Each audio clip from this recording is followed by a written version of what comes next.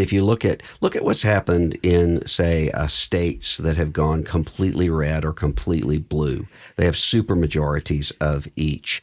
You typically have a lot of craziness that is happening there. And why? Because you don't have to make the case to somebody else as to why we should do that. And I've seen that reflected back in churches as well.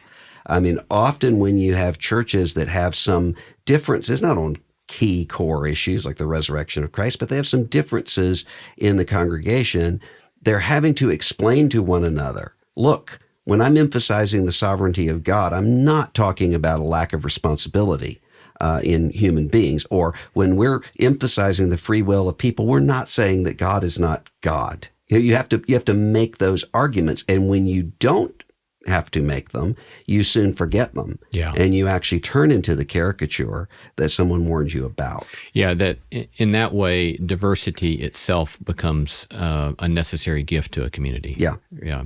Well, there's this whole concept of the law of group polarization that we talk about in the curriculum, which is when like-minded people gather, they tend to become more extreme. And sometimes the extremism becomes so great that if you give like-minded people enough time together in one room, the whole group can become more extreme than the most extreme person was at the start of the deliberation. Mm-hmm. And so this is one of the problems that we have seen in a lot of American institutions is this groupthink.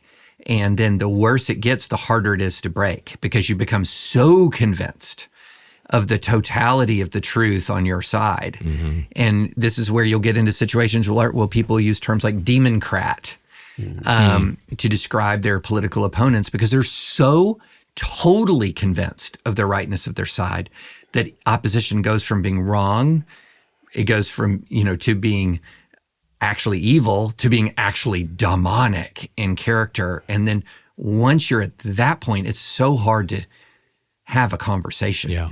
And what is impossible sometimes for us to see is that actually is secularization. The very thing that some people are driven to extremism because they're afraid of secularization often are not aware of how they have secularized. So, for instance, if you're using spiritual warfare categories from the New Testament that explicitly apply to principalities and powers, not to human beings of flesh and blood, well, you're doing what we used to call Protestant liberalism. You're taking concepts from the Bible that are supernatural and simply emptying them of that supernatural content and turning them into something else. And so you have all the fervor that's meant to be directed toward spiritual warfare that comes in a very different way through the cross, through the way of the Spirit, and you simply turn it into a metaphor for I'm really, really mad at these evil people. Yeah, yeah. Here's a good shorthand, I think, to where if you're losing your moorings, here's a good shorthand. If you hear that somebody shares your faith, so they're a Christian or evangelical, maybe even in your denomination. So they don't just share your faith, but they're also part of your sub-tribe within larger Christianity. And then you hear they're of the opposite political party. Is your gut reaction one that says they're a brother or sister? Or is your gut reaction that you're immediately suspicious of them? Then you might be putting politics over faith as at your bottom line test for who you respect, who you have regard for. Yeah.